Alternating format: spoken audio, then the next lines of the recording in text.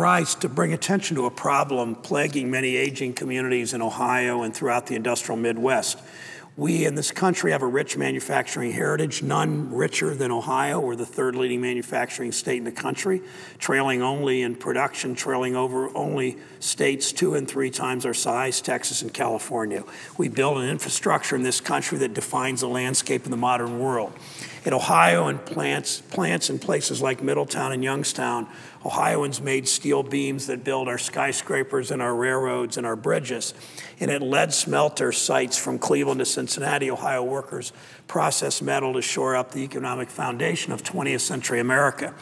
But it's revealed in the disturbing series of recent reports in USA Today, former lead smelter plants have left behind a terrible legacy, elevated lead levels in the soil and in the air in surrounding playgrounds and schools, especially in poor areas of our cities. Many of these potentially contaminated places are in under-resourced, aging areas where homes are not necessarily in good shape, where neighborhoods are plagued with many other problems too.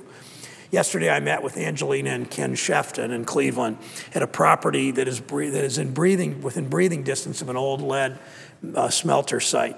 What's even more troubling is that many families like the Sheftons didn't even know that this threat existed. They are parents of 5. One of their sons was recently diagnosed with elevated blood lead levels. He fears for the other 4 children also. Parents like Ken and Angelina and the thousands of Ohioans living in communities with aging and abandoned industrial sites are worried about the health and safety of their families. A national newspaper report found that lead levels in soil near this smelter plant in Cleveland exceed 3,400 parts per million, 3,400 parts per million. The average lead level in U.S. soils is only 19 parts per million. As a father and grandfather, I'm particularly disturbed by these reports. We know that lead isn't broken down when it lingers in the ground. It can enter our groundwater. Children can absorb it in the baseball diamond or while making mud pies in the backyard. For too long, regulators have overlooked or neglected to fully investigate toxic sites in our communities. That's why I'm urging the federal government to take action. I've called on the Senate Environment and Public Works Committee to hold a hearing on what we can do to address this.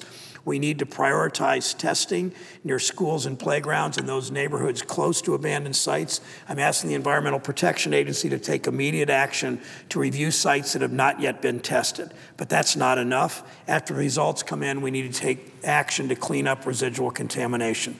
Last week, the CDC lowered by half the recommended allowable limit for lead exposure to young children, so we must ramp up our efforts to address the problem.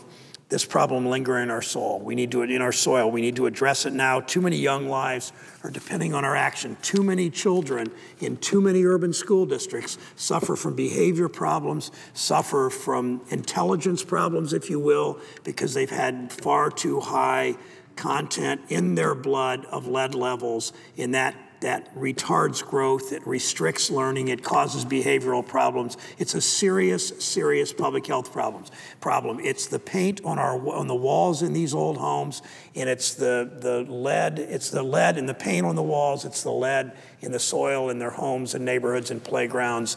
It really does call, Madam President, for real action from state and federal governments and local communities. I yield the floor, Madam President.